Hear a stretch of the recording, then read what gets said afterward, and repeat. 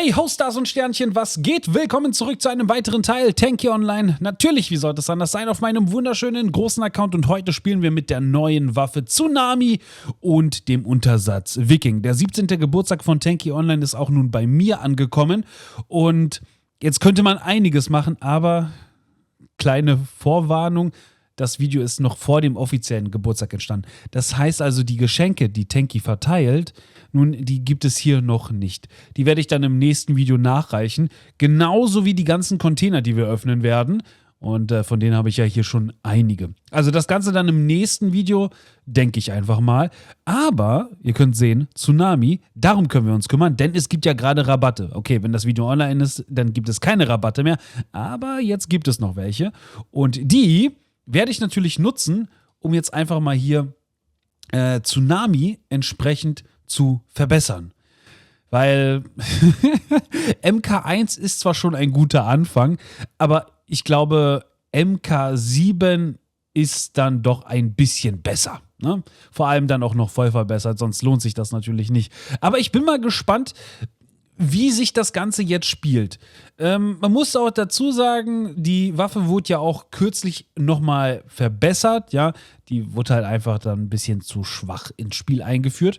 Aber jetzt sollte sie hoffentlich auf einem guten Stand sein. Und es gibt auch schon einige, die damit spielen. Also insofern, denke ich mal, sollte das alles passen. Ich muss ehrlich gestehen, ne, ich bin nicht so ein Fan davon, dass, wenn du die nächste MK-Stufe haben willst, dafür Rubine zahlen musst. Ja gut, es sind jetzt nicht viele, aber das ist trotzdem ein bisschen blöd. Ne? Ich zahle lieber Kristalle, statt meine wohlverdienten Rubine dafür ausgeben zu müssen. Aber gut, okay. Es ist nun mal, wie es ist. Können wir nicht ändern. Aber damit haben wir jetzt komplett voll verbessert Tsunami. Und ich habe noch immer über 2 Millionen Kristalle. Was holen wir uns dann als nächstes? Sinnvoll ist wahrscheinlich der Schutz gegen Tsunami. Den werden wir uns auch gleich mal nehmen. Ich mache dafür schon mal Freeze-Schutz raus, damit wir hier Tsunami-Schutz drin haben. Und dann natürlich das gleiche Spielchen nochmal. Werden wir das Ganze auch nochmal aufs Maximum bringen, damit wir auch guten Schutz dagegen haben. Boah, ich bin schon so gespannt, wie die Waffe sein wird. Ne? Ich bin auch so gespannt darauf, was ich alles für Geschenke bekommen werde, wenn das dann endlich soweit ist. So, und dann gab es noch andere Sachen, die ich verbessern wollte. Jetzt weiß ich nur nicht was. Ich glaube, das war's. Ja, so. Die Heilungsgranaten, die kann ich auch noch an dieser Stelle verbessern. Ach, ist das, oder hat das einen Cooldown? Moment, habe ich gar nicht gesehen. Ah, nee, das ist nicht der Cooldown, das ist, wie lange es noch Rabatte gibt, oder? Egal. So, dann machen wir das mal hier ganz kurz zu Ende. Ach, ist das schön. Ja, perfekt. Die letzten Stufen. Dann habe ich wenigstens das Ganze auch voll verbessert und habe noch immer, meine Güte, über 1 Million Kristalle. Ja, das ist natürlich geil. So, jetzt weiß ich noch immer nicht, was ich jetzt mit dem Rest machen soll. Ne? Ich habe, glaube ich, echt schon alles hier, oder? Ja, sieht so aus. Alles, was man haben kann, ist komplett auf dem Maximum. Alles, was man haben kann. Coole Sache. Gut. Okay, dann gehen wir mal rein und dann schauen wir mal, was wir dann so hinbekommen mit Tsunami. Ich bin mir sicher, dass jetzt erst recht halt viele Leute damit rumfahren werden. Ja, weil warum sollte man sich halt das auch nicht jetzt mal anschauen? Vor allem 50% Rabatt. Ich sag's euch immer wieder, ne? Wartet auf solche Gelegenheiten. Die kommen zwar nicht oft im Jahr, das ist klar, ne? Also jetzt halt natürlich Tanky Online Geburtstag. Ja, da ist natürlich klar, dass dann 50% kommen. Ja, Weihnachten und sowas, ne? Ich meine, klar, das ist halt so gesetzt, ne? Also da gibt's halt immer Rabatte so mit 50%. Ansonsten klar, ja, 30% gibt's halt öfter mal. So. Eieieiei. Das ist ja schon mal ein guter Start. 0:2. Ja, ich muss mich dran gewöhnen. Ich muss mich erstmal daran gewöhnen. Vor allem auch halt schauen, wie zeitverzögert das Ganze hier schießt. Das, ja, ist ja prima. Fängt gerade erst an, ne? Das Spiel fängt gerade erst an und schon steht es 1:0 für die Gegner. Mann, Mann, Mann, Mann, Mann. Das ist ja ein super Start und ich habe 0:3. Ich glaube, ich kann gleich wieder rausgehen und mir die nächste Schlacht suchen. Das Matchmaking... Ja. Ich glaube, das hat sich erledigt. Dieses Spiel ist verloren. Das müssen wir gar nicht erst bis zum Ende spielen. Das wird nichts. So, Leute, ich verrate euch mal ein Geheimnis.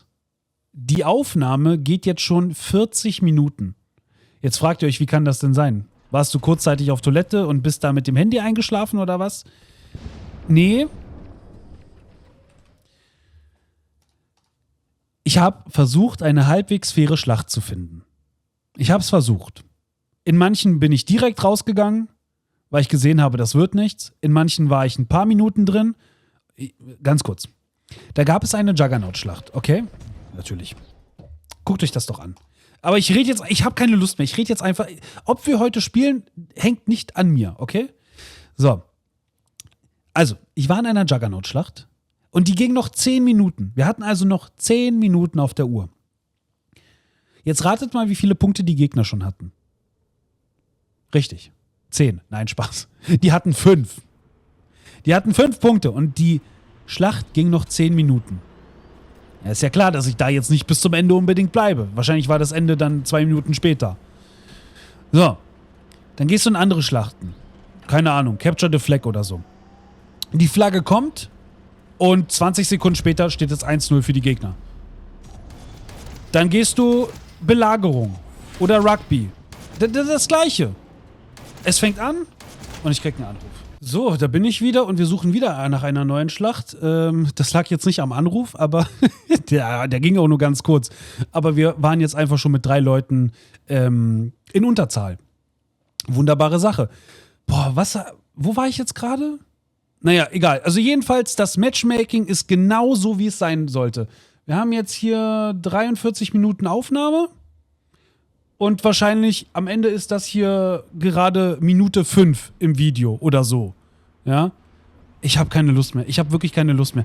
Ich bin mit Freude heute hier online gekommen, wollte viel Spaß haben, wollte eine neue Waffe ausprobieren. Und dann habe ich einfach diesen Riesenfehler gemacht und habe eine Schlacht gesucht. Könnt ihr euch das vorstellen? Bitte. Wenn ihr Tanky spielt, macht nicht diesen Fehler, okay? Sucht bitte keine Schlacht. Bleibt einfach nur in der Garage. Ja, erfreut euch an eurem Panzer. Bleibt in der Garage, aber sucht bitte nicht nach irgendeiner Schlacht. Ich habe nicht Mathematik studiert, ja? Aber jetzt mal einfach so ganz, ganz blöd, ja, gefragt. Nehmen wir mal an, das Matchmaking versucht, die Spieler fair zu verteilen. Und jetzt nehmen wir mal an, es gibt kein Unentschieden, ja? Du kannst halt gewinnen oder verlieren. Würde man ja denken, naja, gut, okay, ja, vielleicht hast du auch mal einen schlechten Tag oder so. Wer weiß. Sagen wir mal, du gewinnst mit einer Wahrscheinlichkeit von vielleicht 35%, weil du halt einfach schlecht bist. Weil niemand mit dir spielen will, weil du nichts drauf hast, okay? Okay. Aber bei mir reden wir vielleicht von 5% oder so. Ich weiß auch nicht warum. Ja, ich habe keine Ahnung. Aber ich gehe irgendwo rein, Verliererteam. Ich gehe irgendwo rein, Verliererteam. Dann gehe ich hier rein, Verliererteam. Gut, okay, jetzt führen wir 1:0, weil ich mich einfach komplett aufrege und ansonsten wahrscheinlich meinen Account gelöscht hätte. Weil ich wirklich keine Lust mehr habe, Leute. Aber gut. Okay, ich konnte ja jetzt schon so ein bisschen die Waffe ausprobieren und ich merke, mein Hals ist einfach komplett trocken, ne? Es ist wirklich, ich muss mal ganz kurz noch einen Schluck Wasser nehmen. Das geht einfach nicht, meine Güte. So. Okay, jetzt geht's wieder einigermaßen. Ich könnte im Strahl kotzen. So, okay, beruhig dich wieder. Also ich konnte ja jetzt schon so ein bisschen die Waffe testen, ne? Aber jetzt kann man sich heute auch fragen, naja, aber wieso, spiel doch einfach, ja, dann verlierst du halt. Aber wenn man halt so eine Waffe testen will, dann möchte man ja auch selber schauen, was die so drauf hat. Aber wenn du dann von allen Seiten, von vorne, von hinten, links, rechts, oben, unten, die ganze Zeit nur Schaden kassierst, alle Gegner gefühlt das 10-fache von dir machen an Schaden und du halt einfach selber nichts hinbekommst, dann weißt du halt nicht, liegt es an der Waffe, weil die so schlecht ist? Liegt es an mir? An mir bestimmt nicht. Ne? Deswegen muss das halt schon was Ausgeglichenes sein. Es soll jetzt nicht halt so, bist ja so komplett, dass du dominierst, ja, und hier einfach durchrennst, sondern es muss schon eine Herausforderung sein, aber irgendwo fair. Ja, damit man halt einfach gucken kann, was kann diese Waffe tatsächlich. Und deswegen ist es mir halt wichtig, und auch für mein Wohlbefinden, irgendwie eine faire Schlacht zu finden. So, gut, das jedenfalls dazu. Ja, jetzt wisst ihr Bescheid. Und wir versuchen einfach trotzdem hier weiterhin unser Glück. Vielleicht wird's ja was. Aber zu der Waffe selber vielleicht mal, ganz kurz. Ich finde sie jetzt gar nicht so schlecht. Wobei, ich weiß nicht, ob es jetzt einfach nur täuscht. Also der Eindruck, weil halt einfach man die ganze Zeit im Verliererteam ist. Aber ich habe das Gefühl, man könnte der Waffe vielleicht ein bisschen mehr Schaden geben. Vor allem auch auf Distanz. Würde ich jetzt einfach mal sagen. Ja, das wäre so mein Gefühl. Aber wie gesagt, das kann auch täuschen. Vielleicht ist das auch alles schon tipptopp und wie gesagt, das fühlt sich nur so an. Aber ich habe das Gefühl, da könnte ein bisschen mehr Schaden wahrscheinlich drin sein. Und ja, aber ansonsten von der Spielweise her, es wird jetzt nicht meine Lieblingswaffe, weil mir das ein bisschen zu, sag ich mal, indirekt ist mit diesem zweiten Schuss. Ne? Also damit du das ja wirklich gut ausnutzen kannst, musst du ja den ersten Schuss ja schon treffen, ja? Damit du halt beim zweiten Schuss dann dem Gegner entsprechend nochmal so einen Bonusschaden geben kannst. Gut, ist jetzt halt nicht immer der Fall. Ja, ich muss mich auch an die, sag ich mal, Zielerfassung gewöhnen von dem Ganzen, also auch was das Vertikale angeht. Also gut, es ist jetzt einfach ein bisschen reinkommen, ne? Ein bisschen halt ausprobieren mit der Waffe, schauen, ob sie einem halt tatsächlich zusagt und so weiter. Aber im Großen und Ganzen, es ist vernünftig, ja, man kann damit spielen. Gut. Aber ja, habt ihr das gesehen? Der wird mir zwar rot markiert, da gehe ich davon aus, der Schuss wird irgendwie schon sein Ziel treffen. Ja, falsch gedacht. Aber es ist in Ordnung, Aber wie gesagt, es wird nicht meine Lieblingswaffe. Manchmal kann man sicherlich damit spielen. Und das ist jetzt auch nur die Standardausführung. Ja, es wird ja auch mit der Zeit dann einfach auch mehr Variationen geben. Ich habe gesehen, es gibt auch eine, wo du direkt beide Schüsse gleichzeitig schießt. Ich würde sagen, das ist dann eher schon so meins. Ne? Also nicht dieses, du musst halt unbedingt zielen und treffsicher sein. Damit habe ich ja sowieso ein Problem. Und wenn man dann halt natürlich... Oh, komm. Habt ihr das gerade gesehen? Da ist doch gerade meine Granate explodiert und der hat keinen Schaden bekommen. Obwohl man hat es doch gesehen. Ist ja auch egal. Ich reg mich nicht mehr auf. Genug aufgeregt für heute. So, aber ja, im Großen und Ganzen ist die Waffe, es ist in Ordnung, ja. Man muss halt wirklich, man merkt, du musst halt echt versuchen zu zielen, ne? Und also ich kann sowieso nicht zielen, ja. Das seht ihr, das könnt ihr hier wirklich mit aller Freude, Alter, mit aller Freude sehen.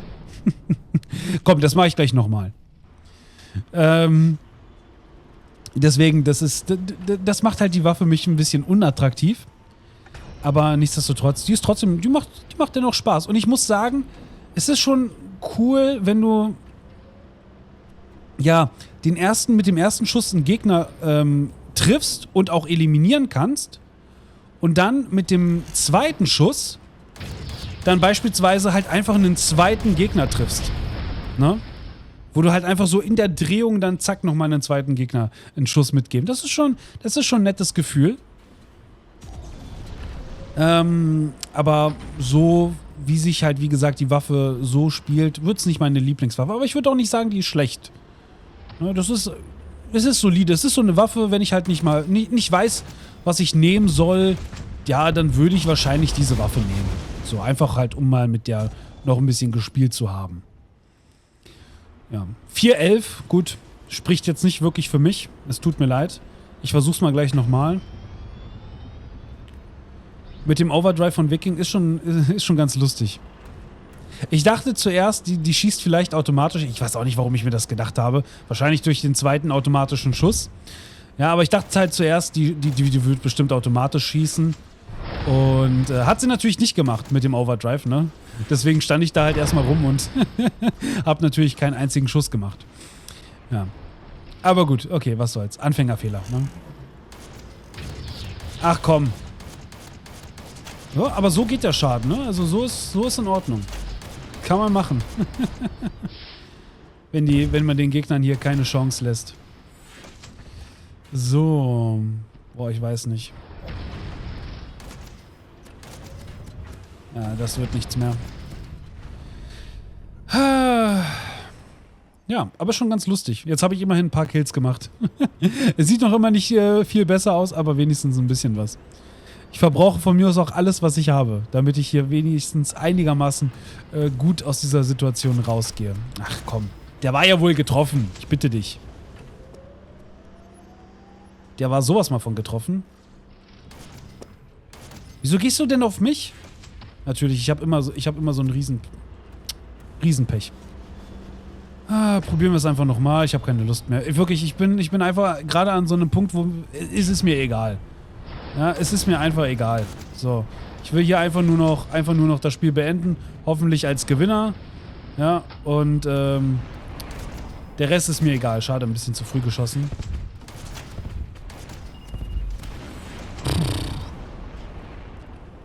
So. Ganz kurz heilen. So, ich warte mal hier wieder schön ab. Ach komm, okay, jetzt. Jetzt rechnen die nicht damit. Oh. Huch. Ja, vertikal schießt die Waffe leider nicht so toll. Also da muss man mehr so Richtung Gegner gehen. Was so die Zielerfassung angeht. Ja, aber ist okay. Ist okay. 13-13, na immerhin. Jetzt sieht es auch gar nicht mehr so schlecht aus. Traurig. Traurig. Aber hey, was soll's. So. Ja, ist in Ordnung. Kann man wirklich machen, ne? Aber ja, es ist halt einfach die Standardwaffe, ne? Mir fehlen noch die ganzen Variationen und dann könnte man halt gucken, ob das einem Spaß macht oder nicht. Gleichzeitig schießen ist halt ganz cool, aber brauchst halt natürlich die Variation dafür. Also ja, im Großen und Ganzen muss man muss halt ein bisschen sich die Waffe genauer angucken. Aber der erste Eindruck ist schon mal nicht schlecht. Ne? Auch wenn das Matchmaking halt etwas anderes sagt, aber der erste Eindruck ist erstmal nicht schlecht. Damit kann man leben. Ne? Das ist schon mal ein guter Anfang. Ach, Mann.